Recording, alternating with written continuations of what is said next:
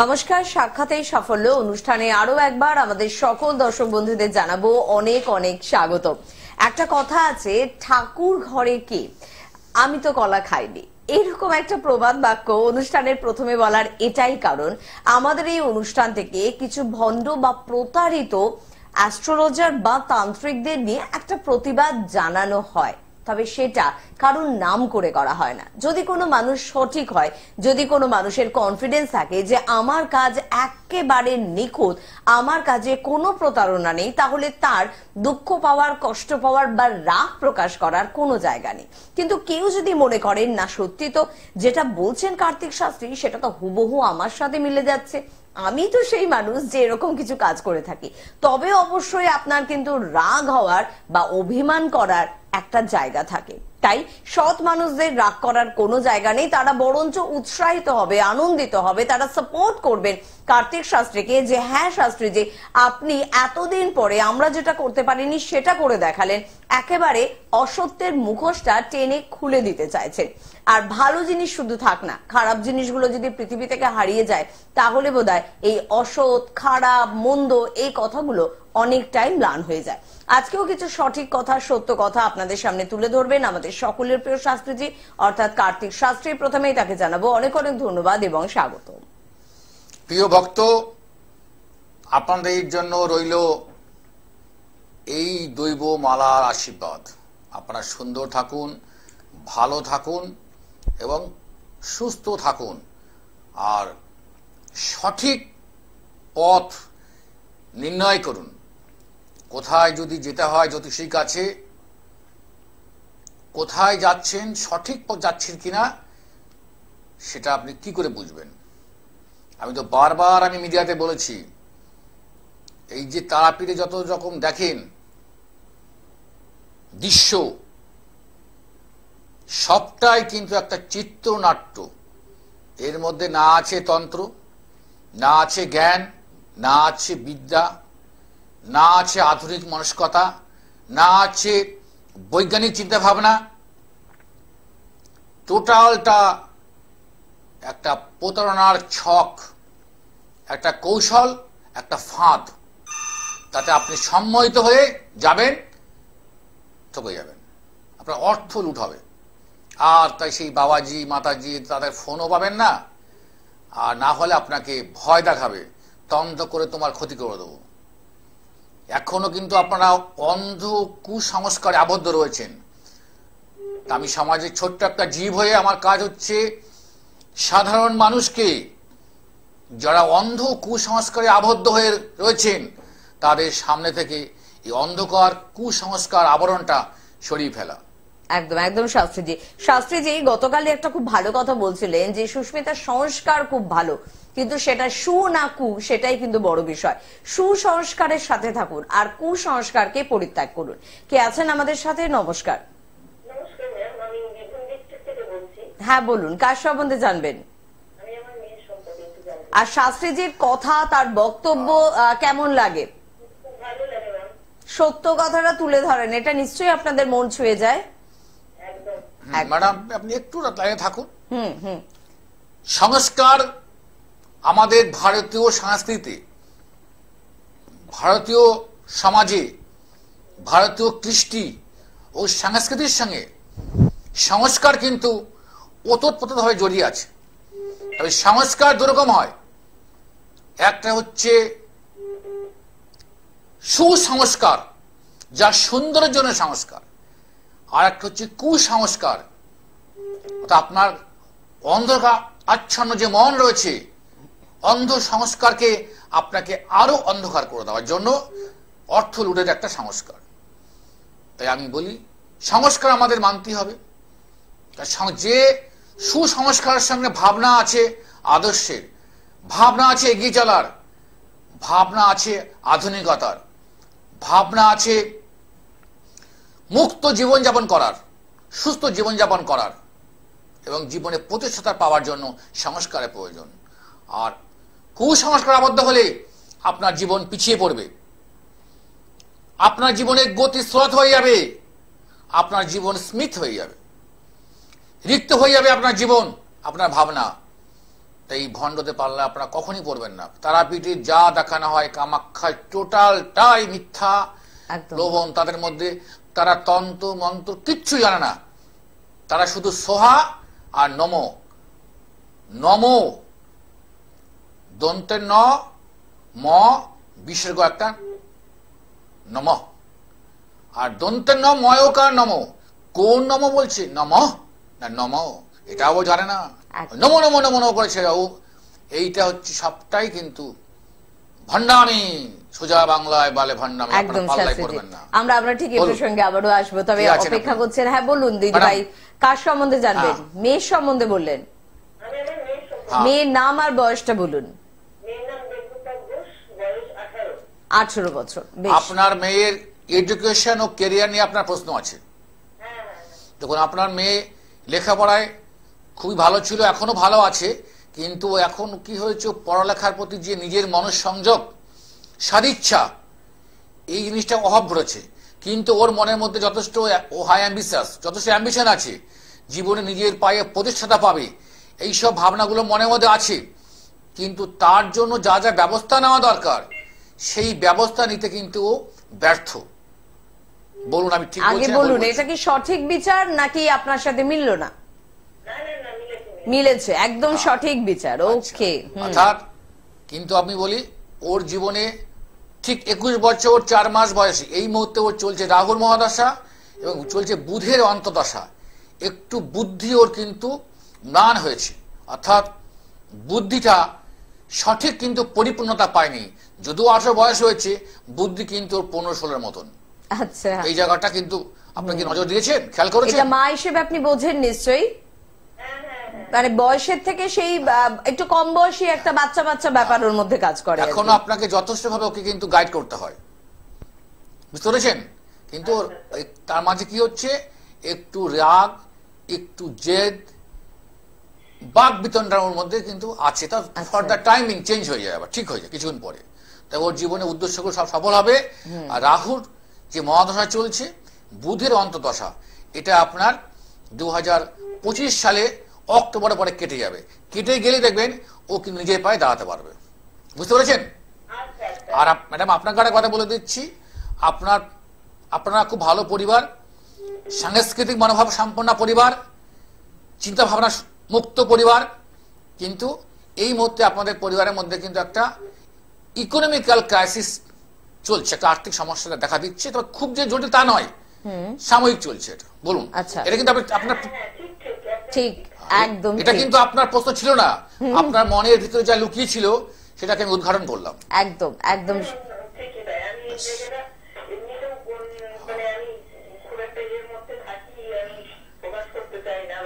কিন্তু দেখুন, সেটা কিন্তু শাস্ত্রীজি বললেন, একটা স্টুডিওতে লাইভ অনুষ্ঠানে বসে বললেন। আপনার মন বলছে, আপনি নিজে সাক্ষী রয়েছে, নিজের মনকে বিশ্বাস করতে পারছেন না। শাস্ত্রী বললো কি করে?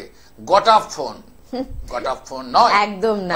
শাস্ত্রী 25 বছর মিডিয়াতে আছে, মাঝে 2 বছর আমি শুধু আমার মন্দির সংস্কারের জন্য আমি ছিলাম না। শুনতে থাকুন দিদি ভাই। সেই অনেকে ভাবতে পারেন যে গটা ফোন না, মিডিয়াতে অনেক লোক এখন আছেন যারা গটা ফোন নেন না, এগুলো ভাবে চিন্তা আসে না। আর ম্যাক্সিমাম ছোকরাগুলো সব গটা ফোন, সব ক্যাসেট বাজিয়ে দেওয়া হয়। তবে আমি আরেকটা কথা বলি, দর্শকদের বলি, আপনারা অনেক যাত্রা গান ফাংশনে যান, বর্তমান মানুষকে প্রচুর ঠকানো হচ্ছে। অনেক ফাংশনে 3-4 দিন 10 দিন ধরে হ্যান্ডবিল ছাপানো হলো, মাইকিং করা হলো, বিখ্যাত শিল্পী গায়ক আসছেন গান গাইতে, কিন্তু সে মঞ্চস্থ করছে, নৃত্য পরিবেশন করছে, ঠিক আছে, যখন সে সঙ্গীত পরিবেশন করছে তার কিন্তু গলা নয়। অনেক ক্ষেত্রে এটা ঘটছে, অনেক ক্ষেত্রে ঘটছে। যাদেরকে আপনারা চেনেন, প্রখ্যাত যারা শিল্পী, একমাত্র তারাই নিজস্ব কণ্ঠে সঙ্গীত পরিবেশন করে মানুষকে আনন্দ করে। আর যাদেরকে চেনেন না, তারা কিন্তু অন্যের গলা নকল করছে না, বলছে আমি অন্যের গলা নকল করছি, মোটেই না। পুরোটাই পেছন থেকে ক্যাসেট বাজানো হচ্ছে, রেকর্ডিং চিপ বাজাচ্ছে, আর সে মুখে লিপ দিচ্ছে। তার জ্যোতিষের নামে কিন্তু অনেক প্রতারক, আমি আরেকটু কড়া ভাষায় বলছি, অনেক ট্রেসপাসার, টেররিস্ট, এরকম কিন্তু মানুষ এই মিডিয়াতে জ্যোতিষীর পোশাকে কিন্তু বলে যাচ্ছে। কি করে বুঝবেন? তারা দেখবেন মিডিয়াতে বসে সাধারণ মানুষের উদ্দেশ্যে অশ্লীল শব্দ, গালিগালাজ পর্যন্ত ব্যবহার করছে, এবং চেম্বারে গেলে রীতিমতন ভয় দেখাচ্ছে যে আমার তো এই জিনিস কিনতে হবে, ভয় দেখাচ্ছে। সে আবার কিন্তু তন্ত্রমন্ত্র ভয় দেখায় না, সে ভায়োলেন্স, ফিজিক্যালি তাকে অ্যাটাক করে। এমনও কিন্তু হচ্ছে, ফিজিক্যালি অ্যাটাক করছে। জ্যোতিষী বেশে কিন্তু সে বলছে আমি বিখ্যাত জ্যোতিষী, বিশ্বব্যাপী তার খ্যাতি, বলছেন, দাবি করছেন। এও কিন্তু চলছে এখন। আমি সমস্ত দর্শক যারা থিঙ্কার, স্কলার্স, চিন্তাবিদ, শিক্ষিত মানুষ, সাধারণ শিক্ষিত, অল্প শিক্ষিত, স্বল্প শিক্ষিত, অতি সাধারণ, তাদের জন্য বললাম, সকলের জন্য। আপনি কি এতই সাধু যে আপনি সকলকে আপনি অ্যালার্ট করছেন? হ্যাঁ, এটা আমার দায়িত্বের মধ্যে পড়ে। কারণ চিরকালই আমাদের যুগের সৃষ্টি থেকেই কিন্তু ভগবানরা কোনো না কোনো সময় তারা আন্দোলন করেছেন, একদমই ওষুধের বিরুদ্ধে আন্দোলন করেছেন। তারপর থেকে আমাদের যুগের পরিবর্তনের সঙ্গে সঙ্গে আমাদের এখনই দেখুন সব সময় যে কোনো রাজনৈতিক দলে দেখুন তার কর্মবিরোধিতা, কাজের বিরোধিতা থাকতেই হবে। কোন সময় দেখবেন এই বিরোধীরাই কিন্তু আবার সুযোগ পেয়ে যায়। কেন বলুন তো? তার কর্মের গুণের জন্য। যেমন আপনি আপনার সাধনা ও কর্ম অধ্যাবসানের জন্য আপনি আপনার কর্ম লাভ করেছেন, এবং কর্মের কৃতকার্যের জন্য আপনি কর্মের পদ লাভ করেছেন, পদাধিকারী হয়েছেন। তা আমি যে শুধু প্রতিবাদ করি তা নয়, আমার একটা নিজস্ব একটা পরিচয় আছে যে আমি একটা মন্দির চালাই, একদম, এবং আমি সাধারণ মানুষকে যথেষ্ট সুপরামর্শ দিয়ে জ্যোতিষীর মাধ্যমে অ্যাডভাইস দেই, এবং তন্ত্র যে আমি কি জানি না জানি সেটা আমরা মন্দিরে গেলে বুঝতে পারবেন। অবশ্যই কতটা সংস্কৃত শব্দে কতটা ধকল আছে আমার, কতটা দখল করতে পেরেছি আমি। তো হ্যাঁ, সব শিখি তা নয়। নিজে হাতে দুর্গাপূজা অর্চনা করি, চণ্ডী পাঠ করি, দুর্গা স্তব করি, দুর্গার ধ্যান করি, মায়ের সর্বশ্রেষ্ঠ ভগবান বাসুদেব শ্রীকৃষ্ণন তার চিন্তা অনুসরণ করি, এবং দীর্ঘ 45 বছরে আপনাদের সঙ্গে আমি আছি। একটু একটু একটু করে বিন্দু হতে হতে আর সিন্ধু হয়ে গেছে। আপনাদের থেকে ভাবনা, আপনাদের চিন্তা, আপনাদের জ্ঞান, আপনাদের সমস্যাগুলো সম্মিলিত একটা পুঞ্জ সৃষ্টি হয়েছে, তার সমষ্টিগত ভাবনাটা আমার মধ্যে রয়েছে যে আমি আপনাদের মধ্যে প্রয়োগ করতে পারি। একদম শাস্ত্রী জি, আমরা আলোচনায় আবারও ফিরবো, তবে কেউ আছেন আমাদের সাথে, একটু দেখে নিন। নমস্কার। হ্যালো, হ্যাঁ বলুন, কে বলছেন? কার সম্বন্ধে জানবেন? ছেলের সম্বন্ধে জানবেন। ছেলের নাম আর বয়সটা বলবেন।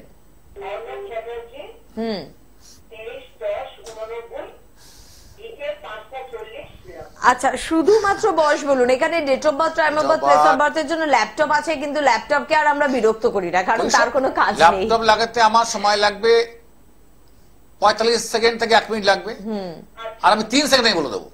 একদম। শুধু আপনার ছেলের বয়সটা বলুন। হ্যাঁ, 34। ওকে ওকে, বুঝতে পেরেছি। আপনার ছেলের কর্মক্ষেত্র, আর্থিক জায়গা এবং বিবাহিত জীবন নিয়ে প্রশ্ন আছে, বুঝতে পেরেছেন তো? তবে ম্যাডাম, আপনার পরিবারে এই মুহূর্তে কিন্তু শান্তি বিঘ্ন ঘটছে। আপনি বুঝতে পারছেন না যে কি করে এগুলো ঘটছে। একটা মতানৈক্য চলছে, বুঝতে পেরেছেন? আপনার সেই যে ছেলে, ওর ভিতরে মায়া, মমতা, স্নেহ, প্রীতি সবই আছে, সবটাই যেন কোথাও যেন একটা হারিয়ে যাচ্ছে।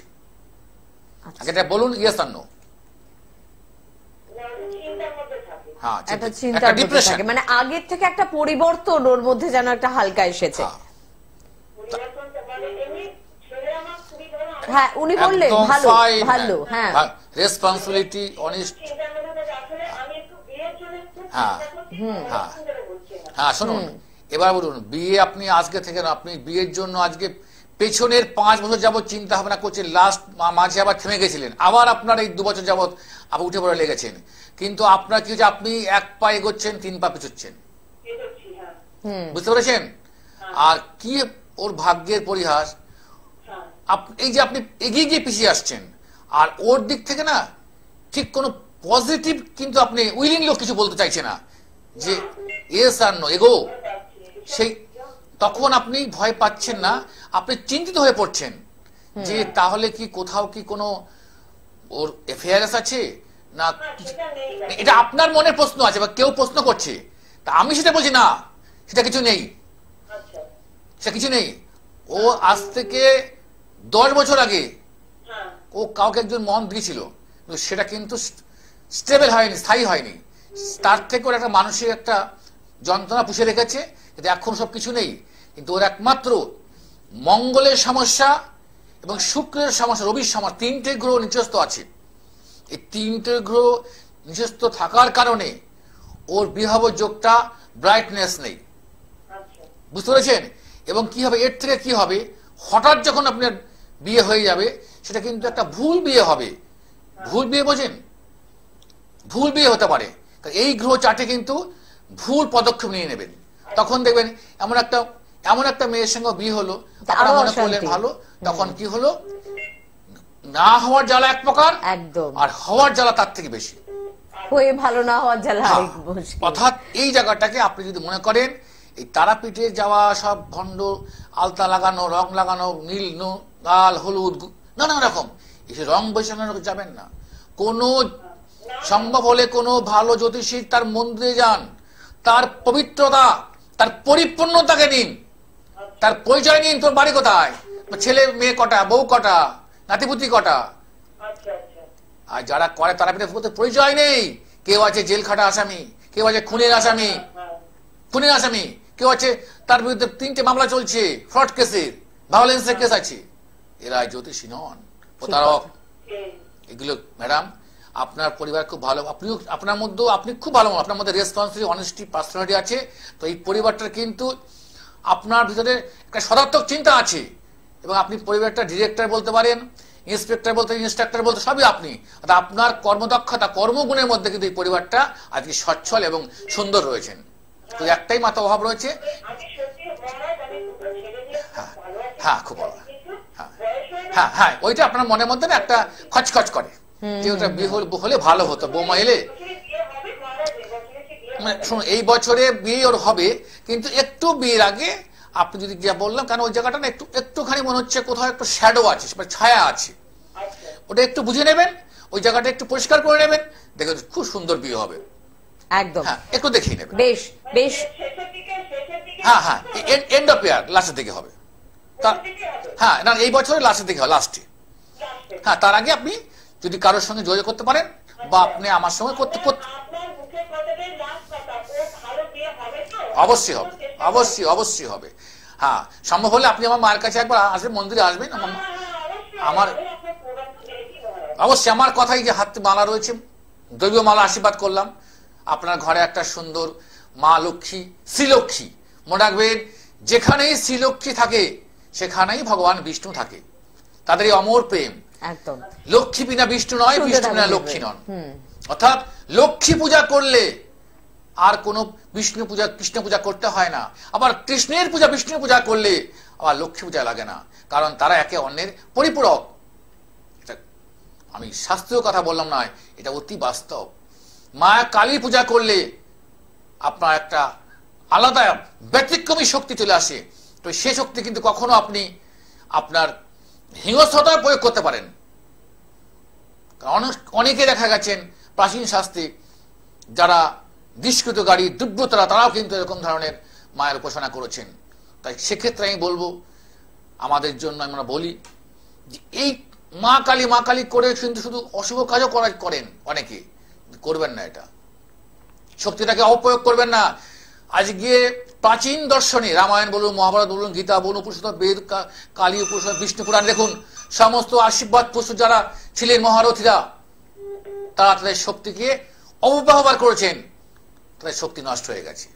তা আপনারা শক্তি সঞ্চয় করার পরে অপব্যবহার করেন কেউ কেউ, সেক্ষেত্রেও কিন্তু আপনার শক্তি নষ্ট হবে, কাজ করবে না। এক মিনিট একদম আসলে সমস্যায় পড়লে কোন একজন অভিজ্ঞ মানুষের কাছে তো যাবেনি, কিন্তু সত্যি তো সে অভিজ্ঞতা সম্পন্ন, তো সে মুখোশধারী কোনো মানুষ না, তো শুধুমাত্র আপনাকে প্রতারণা করার জন্য কোনো ব্যবসায়িক আঙ্গিকে তার কাজ চালাচ্ছে না, তো এই দিকে কিন্তু নজর। আমি এই মালা আশীর্বাদ দেব, যেটা বলবো সেটাই হবে, কিন্তু মনে রাখবেন যদি আপনার উদ্দেশ্য যদি সঠিক হয়, উদ্দেশ্য যদি আপনার সঠিক থাকে, কোনো কুমতলব উদ্দেশ্য নিয়ে এলে দেখবেন এই মালা আশীর্বাদ আপনার থেকে যাবে না। আমি বুঝতে পারবো যে আপনার মতলব ঠিক নেই। আমাকে একজন ভদ্র মহিলা ফোন করছে, নাম বলছেন, মেচেদা থেকে। তিনি অনেক জ্যোতিষের কাছে গেছেন যে আমার বৌমাকে বাড়ি থেকে তাড়িয়ে দিয়ে আমার ছেলেকে আবার বিয়ে দেবো। কেউ 20,000 25,000 টাকা খেয়ে নিয়েছে। আমি বলেছি যে ম্যাডাম এই ধরনের চিন্তা, আপনার কোন জ্যোতিষ কি টাকা খেলো আমি যাবো না সে বিষয়ে। আর আপনি সত্যি বলছেন তারও কিন্তু কোনো গ্যারান্টি কিছু নেই। আপনি আমার রাগের চোটে অনেক কিছু মিথ্যা বলছেন, কিন্তু আপনি আপনার ভাবনাটাকে আগে পরিবর্তন করুন। আগে আপনার ভাবনা পরিবর্তন করুন। কেন বৌমাকে তাড়াতে চাইছেন? তার যদি কোনো ভুল থাকে সেটা ঠিক করুন। বা এমনও হতে পারে যে আপনি ভুলটা করছেন, সেই ভুলের প্রতিবাদ করছেন উনি, আর আপনার কাছে উনি হয়ে যাচ্ছেন আপনার বিরোধী। একদম। আপনাকে একবার নিয়ন্ত্রণ করার চেষ্টা করুন না, দেখুন না কি করে করব। উপদেশ দিয়েছি, এখন বলছেন শাস্ত্রীজি যা হ্যাঁ এখন কদিন আর অশান্তি হচ্ছে না। আমি তা দেখুন আপনি ঠিক হয়েছেন, সব ঠিক হয়ে গেছে। সত্যি কথা। আমার কাছে যারা আসবেন সঠিক মন নিয়ে আসুন।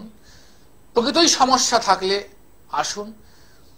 সমস্যা যদি কেউ বলে আমার নানা রকম রোগ ব্যাধি আক্রান্ত, আমি বলবো আমার কাছে কোনো রেমেডি নেই, রোগ ব্যাধি কোনো রেমেডি আমার কাছে হয় না, আমি জানি না, পারি না, কেউ পারে না।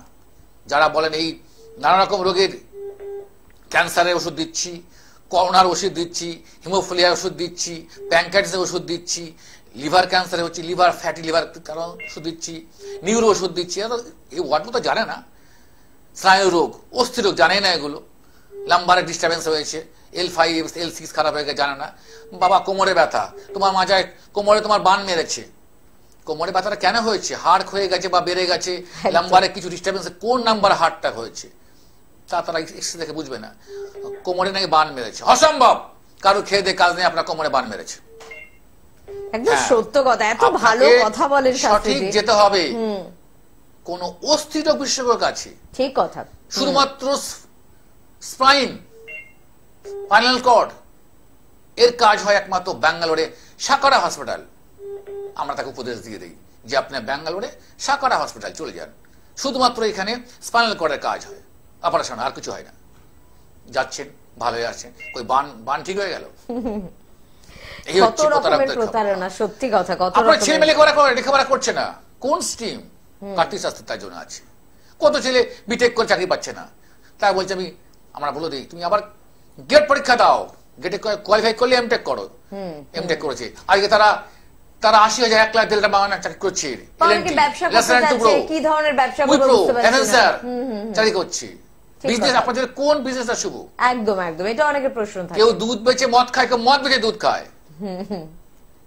দেখবেন বাজারে গিয়ে কোন একটা ছোট দোকান, সামনে 10 জন লোক লাইনে দাঁড়িয়ে আছে, আর বড় দোকান লোক নেই। এই যে ম্যাগনেটিক পাওয়ার, তার মধ্যে একটা ম্যাগনেট কাজ করছে। একটা উদাহরণ দিচ্ছি আমি, কোন একটা জনসভা চলছে, কোন একটা যাত্রা গান হচ্ছে, সব লোক হই আল্লাহ করছে, চিলাচিলি করছে। কোন একজন এসে বলে বসো বসো বসো বসো বসো বসো, দেখুন সব লোক তারা বসে পড়লেন, এবং তাদের কাছে যে ধরনের অস্ত্রশস্ত্র ছিল, ইট হোক পাথর হোক যা কিছু আগ্নেয়াস্ত্র হোক, সবাই তারা পকেটে ঢুকিয়ে দিল, চুপচাপ বসে গেল। তার ভদ্রলোকের মধ্যে, ভদ্র মহিলার মধ্যে হাতের মধ্যে কি আছে? ক্লোফার্ম আছে যে অজ্ঞান করুন তা তো নয়, সবাই বসে গেলেন। তা দেবতারা যেমন আশীর্বাদ দেয়, হাত থেকে জ্যোতি বেরিয়ে যাচ্ছে, একটা গ্লোরি। তা সেই ভদ্রলোক ও ভদ্র মহিলা যিনি হন না কেন, গায়ক হতে পারে, রাজনৈতিক নেতা হতে পারে, কোনো পলিটিশিয়ান হতে পারে, এই হাত দিয়ে একটা ইনভিজিবল অদৃশ্য পাওয়ার চলে যাচ্ছে, সেই শক্তিটা তার মধ্যে কাজ করে সবাই বসে গেলেন। তা মানুষের মধ্যে এখন এমন কোন মানুষ আছে যাদের এই হাত উঁচু করলে একটা পাওয়ার চলে যায়, তার বাক্যের মধ্যে আমার একটা শক্তি আছে, পাওয়ার চলে যায়। সেইটা যদি সত্য হতে হবে, যিনি বলছেন বসুন, তারা চাননি যে গন্ডগোলটা হোক, উদ্দেশ্য সঠিক, তাই তার লোকে শুনেছেন।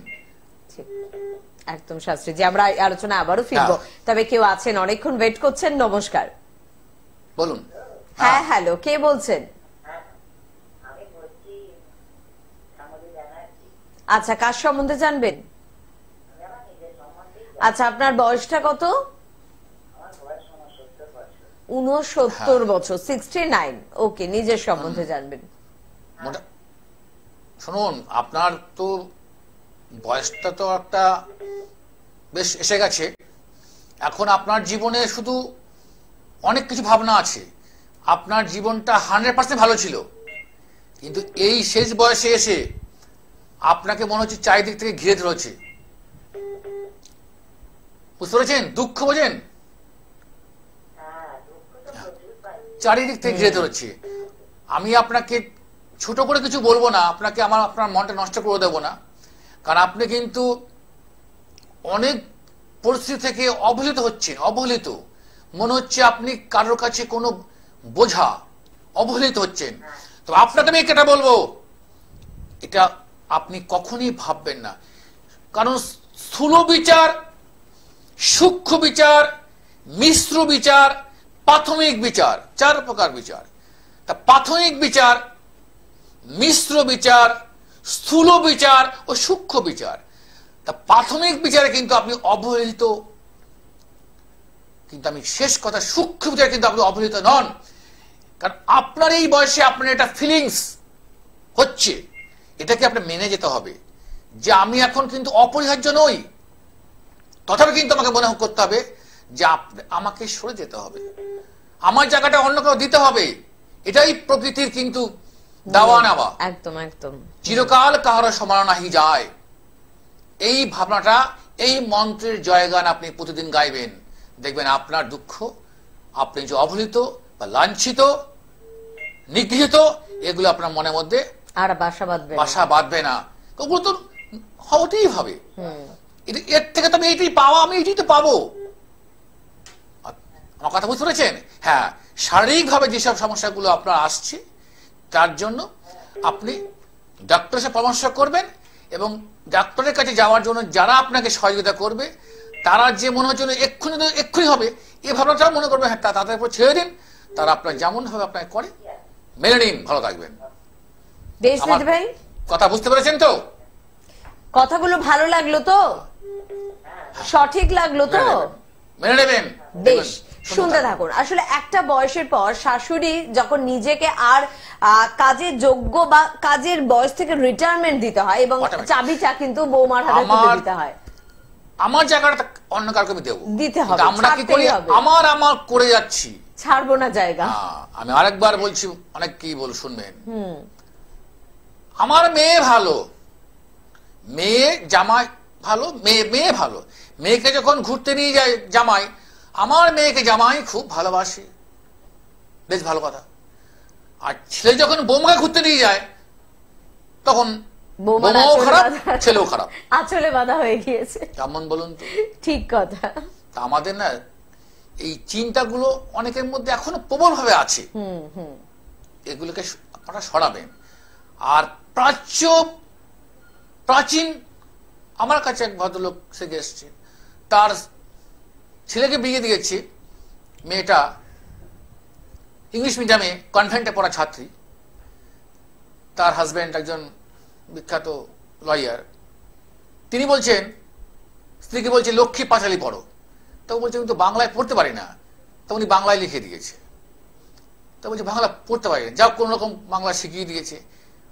তিনি বলছেন, তার পরিবার বলছে জোরে জোরে পড়ো, সে বলছে আমি জোরে উচ্চারণ করতে পারছি না, তার জন্য সমস্যা তৈরি হচ্ছে, খাওয়া দাওয়া বন্ধ, বাজার ঘাট বন্ধ, মানসিক দূরত্ব। এটা একটু লজিক হতে পারে? সলিউশন কাটতে সাথে what I am to do, what I should, what can I do, আমি রিল্যাক্স প্রবলেম এটা। হ্যাঁ, তাকে কাউন্সিলিং করে দিলাম। বিয়ে করলে তুমি কনভেন্টের ছাত্রী, আর তার লাগালে আম গাছ, আর আশা করছো লিচু খাবো, এটা কি হয়? অর্থাৎ এই প্রাচ্য ধারণা, এটা প্রাচীন নয়, আরো পিছনে প্রাচ্য ধারণা। বৌমাকে নিয়ে এসছি, সে সব পারবে, তার নিয়ে একটু ভাবলেন না?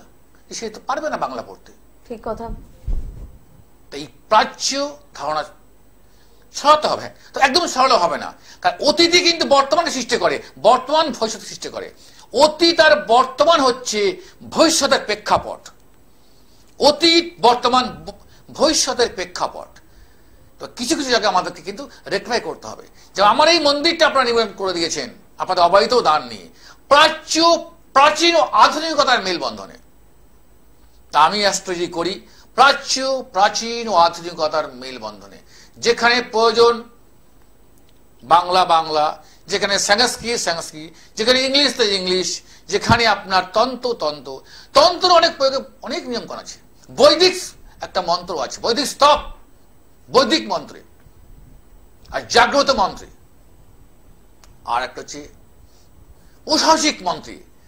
পিচাস না, চ হয় না, পিশাস, এই উচ্চারণ তারা ভুল। অর্থাৎ এই ভূত প্রেতের কিছু মন্ত্র আছে, তা ভূত প্রেত কিন্তু আমি কোনো দেখিনি।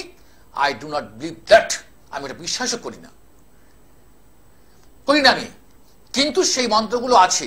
সেই মন্ত্রগুলো কেন করা হয়? অশুভ নেগেটিভ এনার্জিকে নষ্ট করার জন্য। কিন্তু সেটাই ভূত প্রেত বলবো না, সেগুলোই আমাদের উপর চেপে বসে। ঠিক কথা। কার্তিক শাস্ত্রীর কাছে একবার আসা মানে আপনার জীবনের পরিপূর্ণতা লাভ। কোনো টাকা পয়সার অর্থ লুট করার কোনো জায়গা তো নেই। কেন লুট করবো? আরে আপনার লুট করবো, কালকে তো আমার লুট হবে, আপনার ছেলে মেয়ে মরবে, এইসব ভয় দেখাবো। ফিরে তো আসবে। প্রত্যেক ক্রিয়ার সমান বিপরীতমুখী প্রতিক্রিয়া আছে। ঠিক কথা। আইজাক নিউটন বলেছিলেন, এটা খুব সত্য কথা। নিউটনের থার্ড ল আসবে, আসতেই হবে, আসতেই হবে। একদম। যেমন কর্ম তেমন ফল, আমরা সোজা বাংলায় বলে ফেলি, যেমন কর্ম তেমন ফল, তো আসতেই হবে। আসলে আমার মনে হয় শাস্ত্রীজির এই চিন্তা ভাবনা, শাস্ত্রীজির এই উদ্দেশ্য, শাস্ত্রীজির এই এডুকেশন যদি প্রত্যেকটা পরিবারে অন্তত পক্ষে একজন বা দুজনের মধ্যে থাকে না, তাহলে কোনো পরিবার মানে নিম্নমুখী পরিবার হয় না। মানে নিম্ন দৃষ্টি সম্পন্ন মানুষ কিন্তু বোধহয় আর পৃথিবীতে থাকবে না। আপনি অনেক পয়সার অধিকারী হতে পারেন, তাও আপনার দৃষ্টিটা নিম্ন হতে পারে। আবার আপনি খুব ছোট পরিবারেরও আপনার দৃষ্টি কিন্তু উঁচু হতে পারে।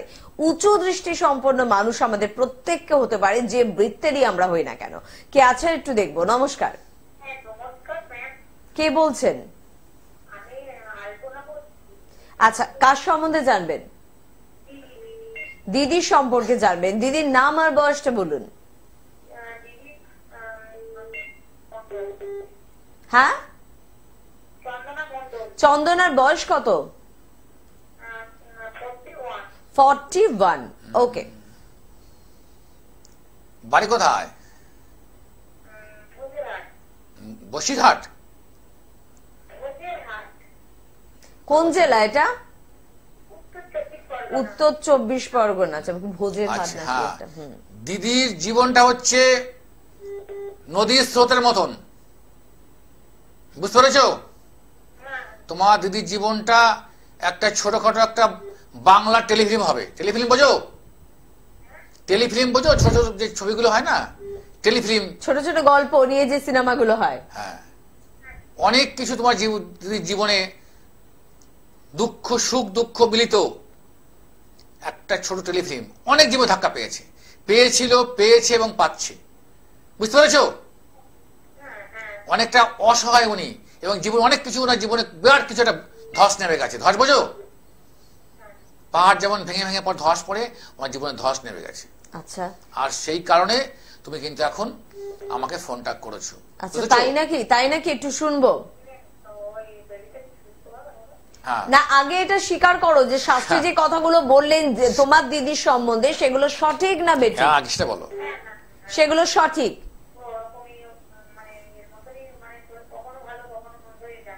এটাই ওর জীবনের একটা গতি হয়ে গিয়েছে। বেশ, শোনো, এটাকে বেশ একটা জটিল জায়গার মধ্যে রয়েছে, কিন্তু এইটা সলিউশনটা কোনো আমি শুধু যে কাউন্সিলিং করে দেবো সেটা তো হবে না। এখন তোমাকে একবার যদি মনে হয়, তুমি আমার একবার মন্দিরে হোক বা কোনো চেম্বারে হোক একবার সাক্ষাৎ করাও, তবে তোমার দিদি কিন্তু নিজে নাও আসতে পারে, তাও বলে দিলাম। আচ্ছা। উনি নিজে নাও আসতে পারে, কারণ উনি সকালে যদি এক কথা বলেন, বিকেলে এক কথা বলেন। অর্থাৎ mentally disorder, hormonal disorder, mood swing করছে, মাইন্ড ফ্র্যাকচার করছে, বুঝতে পেরেছো? এটাও হচ্ছে। সকালে বললে হ্যাঁ যাবো, বিকেল বেলা না যাবো না, হ্যাঁ পাক মুহূর্তে বললেন যে I have no interest at all, আমি ইচ্ছুক যাবো না, আমি ইন্টারেস্ট না যাবো না, তোরা যা। হ্যাঁ তখন ঝগড়া লাগিয়ে নেবে, তখন ঝগড়া লাগিয়ে নেবে। ঠিক এরকমই নাকি দিদি? কার্তিক আরে শাস্ত্রীর কথা বাবা। তো হতেই হবে, অবশ্যই অবশ্যই, হতেই হবে। এইসব কটা ফোন, একদম না, একদমই হে না। প্রভু এই বুদ্ধি আমায় দিও না, কোনদিন দিও না। আর আমার শত্রু যেন না আসে। যারা গটা ফোন না ভাই তারা একটু শেখো ঠান্ডা না, গটা ফোন নিও না, ক্যাসেট করো, করে এমনি তোমরা ভালো ভালো প্রোগ্রাম করো, মানুষের ভালো কথা বলো। অত লুট করে কি হবে, পয়সা কাজে লাগাতে পারবে? আমি ফোনটা কেটে দাও, ভালো থাকো, শুনতে থাকো। হ্যাঁ হ্যাঁ, দর্শকদের আবার অ্যাড করে দিচ্ছি। এই কাজ করতে হবে, তারাপীঠ যেতে হবে, এই কাজ করতে হবে, কামাখ্যা যেতে হবে। ঠিক আছে, কয়েকজন গিয়ে তো ভঙ্গি টঙ্গি করে, নাচন কোচন করে, আচ্ছা হলো। আর কিছু মানুষ ফোনটা বন্ধ করে তারা দীঘা, পুরী বা দার্জিলিং চলে যায় ঘুরতে। হ্যাঁ, ফোন কামাখ্যা গেছে না, তারাপীঠ গেছে না। এবার দীঘা পর্যটন কেন্দ্র, করোনা কেউ ঘুরতে গেছে, গিয়ে বলে শাস্ত্রীজি আপনি সেখানে কি করে, এখানে হোক পাঞ্জাবি বা ওখানে এসব পোশাক টোশাক পরে, সেখানে জিন্সের প্যান্ট গেঞ্জি পরে দামি চোখে গাগলাস লাগিয়ে যাচ্ছেন, সঙ্গে সঙ্গে বান্ধবী। হ্যাঁ ঠিক আছে, হ্যাঁ আপনি হোয়াট ইউ, তখন বাংলা তো বলতে ইংলিশে বলতে শুরু করলো, ইংলিশ তো নয় ওইটুখানি জানে, আর বেশি নয়, বলে কেটে পড়ে দড়িয়ে সরে পড়লেন। এইবার পরে চেম্বারে সাথেছি, আপনাকে তুমি দীঘায় দেখলাম না, কি দীঘায় কি বলছি তুমি? তখন তো আর এক ড্রেস, বলে আপনি তো ওই আপনি আমাকে বললেন কে তুমি, কি সব বললেন, না না কাকে না কাকে দেখেছো, তো সেম তো লোক তো দেখতে হয় তো, মানে পোশাকের মতন কথাও বদলে যাচ্ছে। অবাক কাণ্ড। আমরা তো জানি বাবাজি দীঘায় গিয়ে গেছে বা পুরী গেছে বা দার্জিলিং গেছে, তা ভাবুন এবার এসে বললো এই নাও তারাপীঠ থেকে আমি এইসব ভঙ্গি চঙ্গি করে এই এনে দিয়েছি, এই অর্থ দাও, বলুন এই চলছে। তাই যাদেরকে কাজে কাজ দেবেন, তারাপীঠ গেলে, কামাখ্যা গেলে, ও ঠিক আছে কামাখ্যা পীঠ গেছেন তার ভালো কথা, যান আপনি সেখানে বসে আমাকে ভিডিও কল করাবেন, নাই ব্যস্ত কি আমার পাবে না, আমার অ্যাসিস্ট্যান্ট ফোন ধরবে, তাতে কি হয় বাবা, আপনি এত ব্যস্ত ভিডিও কল করুন, কত সময় লাগে, 1 মিনিট ভিডিও কল করে তারাপীঠের মন্দিরের গেটটা দেখাতে বলবেন, না তাকে শুধু দেখাতে বলবেন, বা কামাখ্যা মন্দিরের প্রধান যে ফলকটা গেটটা আছে দাঁড়িয়ে একটা শট দেখাতে বলবেন ভিডিও কলে, দেখবেন দেখাবেই না, নেই তো। আর কয়েকজন যায় সব ওই নাচন কোচন করতে, সবটাই ফেক। আপনি যাই তার আমি মায়ের আশীর্বাদ গ্রহণ করি, আমি যে পূজা দিতে যাই, আমি যাই কি করতে, সকলের মঙ্গলার্থে, কারণ স্থানটা তো পূর্ণ স্থান। জয়ন্তী মঙ্গলা কালী ভদ্রা কালী কপালিনী দুর্গা ক্ষমা ধাত্রী সোহা আমরা করি। ওং সর্বে মঙ্গলে মঙ্গলে শিবে সর্বত সাধকে শরণ্যতম্বকে গৌরী নারায়ণ নমস্তে, অর্থাৎ সর্বমঙ্গলের জন্য যাই আমরা। হ্যাঁ, সবার মঙ্গল হলে আমারও মঙ্গল হবে। আজকে যদি আমার কাছে 10 জন লোক তারা ভালো থাকেন, শুনতেও ভালো লাগবে, আমারও মনে উৎসাহ বাড়বে, আর তাদের দান দক্ষিণাতে আমি ভালো থাকবো।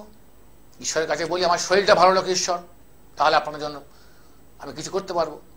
একদম ঠিক কথা। আসলে মাঙ্গলিক দোষ, কালসর্প দোষ আছে, কিন্তু এগুলো নিয়ে কিছু কিছু মানুষ এত ভয়, এত আতঙ্কিত এবং এত নেগেটিভ কথা বলে, তার মতন বোধহয় ভয়ঙ্কর নয় এগুলো। কাল সর্পদোষ আবার তার আবার কত রকম ব্যাখ্যা আমি জানি, ব্যাখ্যা আছে। তক্ষক কাল সর্প, বাবা তক্ষক সাপ যেটা ছিলেন মহাভারতে, মানে নাগরাজ তার উপরে তক্ষক, সেই তক্ষক সাপ যে কর্ণের বানের মধ্যে লুকিয়ে কর্ণের বানের সঙ্গে ঢুকে গেছিল অর্জুনকে মারার জন্য, অনেক বড় এটা একটা পৌরাণিক কাহিনী আছে। তক্ষক কাল সর্প আপনার একদম নামিয়ে দেবে। মাঙ্গলি তার না ভৌম দোষের আবার কত রকম কোয়ালিটি আছে। হ্যাঁ আছে, এই যে একদম মিথ্যা তা নয়, সেটাকে এরা এমন রংচং করে সমুদ্র মন্থন করে যেন অমৃত বার করে নিয়ে এলেন। বাবা, হ্যাঁ অমৃত করে সেটা বিষ করে দিল। যেমন লক্ষ্মী নারায়ণ করেছিল বিষের হাঁড়ি, এরা সমুদ্র মন্থন করে বই পুস্তক কিছু পড়েছে, পড়ে দেখেছে কোথায় কাল সর্প আছে বলে ওটাকে তারা রমন্থন করে বিষ এনেছে, ওটাকে রং চং ভয় ধরে দিয়েছে। একদম শাস্ত্রী, যে আলোচনায় ফিরবো, যিনি আছেন তিনিও থাকবেন, কিন্তু তার আগে একটু চট করে বলবো খুব গুরুত্বপূর্ণ একটা বিষয়। যারা শাস্ত্রীজির কাছে আসতে চাইছেন, না আপনার কাল সর্পদোষ, আপনার মাঙ্গলিক, আপনার সন্তানের কোনো খারাপ যোগ, আপনার স্বামীর কোনো অমঙ্গল যোগ, এইসবের জন্য না, মায়ের আশীর্বাদ পাওয়ার জন্য বা এই সুন্দর মন্দিরটাকে পর্যবেক্ষণ করার জন্য, বা একটু গল্প করে নিন না শাস্ত্রীজির সঙ্গে, একটু ভালো আলোচনা করুন না, কিছু পজিটিভ কথা বলুন না, কিছু শাস্ত্র নিয়ে বই নিয়ে আলোচনা করুন না, আপনার সন্তানের এডুকেশন নিয়ে আলোচনা করতে আসুন। এডুকেশন, ক্যারিয়ার এন্ড ক্যারেক্টার, চরিত্র গঠন। এখন সব ছেলে মেয়েরাই নেশায় আক্রান্ত, drug addicted with mobile, social media addicted হয়ে গেছে, অ্যাডিকশন। তার থেকে কি করে রাস্তা, হাউ টু সলিউশন? তো রাস্তা তো একটাই আছে, কার্তিক শাস্ত্রী, একদম ঠিক হয়ে যাবে। তখন বলে বাবা মোবাইলটা আমি আর নেট ভরবো না, আর এই বড় মোবাইলটা একটু যখন পড়াশোনা লাগবে তখন বার করবো, তখন আমি দেখে নেবো কি পড়া নোটটা এসছে, বাকিটা থাক কাজের টুকু। একদম, আমি রাত 12টার পরে খালি ফোন, তাহলে কি চলছে? তাতে কি পড়াশোনা হয়? ঠিক হয়ে যাবে অবশ্যই। শাস্ত্রী, আমি চট করে একটু ফোন নাম্বার দুটো একটু বলবো। 7001937055 এই নাম্বারে আপনারা কিন্তু শাস্ত্রীজির সঙ্গে যোগাযোগ করুন, বা যোগাযোগ করবেন 779777203004 এই নাম্বারে। দমদম একদম স্টেশনের কাছে কিন্তু ওনার নিজস্ব চেম্বার রয়েছে। এছাড়া কিন্তু ওনাকে বহরমপুর, দুর্গাপুর, মেচেদা, গড়িয়াহাট, বরানগর, হাওড়ায় পেয়ে যাচ্ছেন। ওনার নিজস্ব মন্দির চাকদহে রয়েছে, যে মায়ের কিন্তু দৃশ্য আপনারা দেখতে পাচ্ছেন, একেবারে ওনার নিজস্ব মন্দির এটি, যেটা চাকদহে। আপনারা গেলেই কিন্তু মায়ের দর্শন করতে পারবেন, মায়ের আশীর্বাদ কিন্তু পাবেন, তার পাশাপাশি শাস্ত্রীজির আশীর্বাদ পাবেন। জীবনে আশীর্বাদটা খুব দরকার, আশীর্বাদ অবশ্যই খুব প্রয়োজন, তবে যিনি আশীর্বাদ দেবেন তার যোগ্যতার উপর নির্ভর করবে সেটা। অর্থাৎ আমি যদি দুঃখী হই তো অন্যকে আমি সুখ দেবো কি করে, দেবটা কি করে, এটা বুঝতে হবে। আমি বারবার বলেছি পুণ্যদা লাভ, সেটা আগে দেখতে হবে। সময় আমাদের কমে আসছে, যে কোনো সমস্যার সমাধানে এই শব্দ কিন্তু আমি ব্যবহার করি না। যে কোনো হলে তো বট্টু বটম হয়ে গেল একদম এ টু জেড, তা তো হয় কি করে? এখন যদি কোনো পেশেন্ট আসে আমার কাছে, সমস্যা মেটাতে পারবো কি করে? হবে না। সমস্যা যে কোনো বলবো না, সমস্যা যদি কারো থাকে সেটা আপনি আসুন, আমার সঙ্গে আলোচনা হোক, আমি সেটা ধরি, কি করে বুঝি, আপনার সঙ্গে আমি উপস্থাপন করব, আপনার সঙ্গে আমার ইতিবাচক আলোচনা হবে, তার জন্য যা রেমেডি প্রসেস আছে সেটা ব্যবহার করা হবে, ইমপ্লিমেন্ট হবে, আপনার অবশ্যই অনুকূলে আসবে। আগে তার কঠিন কি কঠিনতম কিনা বুঝতে হবে আগে, আলাদা হবে কিনা, বা আপনাকে এটাই মেনে নিতে হবে, আপনাকে এটাই মেনে নিতে হবে যে আমার ঠিক এটাই আমাকে বয়ে চলতে হবে। হয়তো আপনাকে এটাই বলে দেবে, আপনি এটা মেনে নিন। যে একটু আগে বললাম যে আপনি এটা মেনে নিন, সংসারের এই নিয়মটাকে মেনে নিন, কোনো দরকার নেই, আপনার জীবনে শান্তি এসে গেল। একদম। একটু উদাহরণ দিচ্ছি আমি, আপনাকে কেউ বললো 10 কিলোমিটার যাবে এই বাসটা, কিন্তু 7 কিলোমিটার গিয়ে বাসে যাবেন, আপনি হাঁটতে হবে, জেনে গেলেন, উঠলেন, বাস খারাপ হয়ে গেল, থেমে গেল, হাঁটলেন, দুঃখ নেই। আর যদি না জানতেন, হঠাৎ করে খারাপ হলে দুঃখ হতো। তা আমি মানুষকে ওই জায়গাটা বুঝিয়ে দিই, আপনি মেনে নিন, দেখবেন শান্তি পেয়ে যাবেন, আপনার দুঃখ মনে হবে না। সব জায়গায় ঘোরাঘুরি দরকার নেই, সুস্থ মনে মানসিকতা নিয়ে কার্তিক সাথে সঙ্গে কন্ট্যাক্ট করুন। আমার লাভ তো হবে বটেই, কিন্তু আমার থেকে লাভ বেশি আপনাদের হবে। একদম বাস্তব। সময় আমাদের শেষ। হে কৃষ্ণ করুণা সিন্ধু দীনবন্ধু জগৎপতি গোপেশ কবিয়াকান্ত রাধাকান্ত নমস্তে। প্রত্যেকের মঙ্গল হোক, ভালো থাকুন, সুস্থ থাকুন।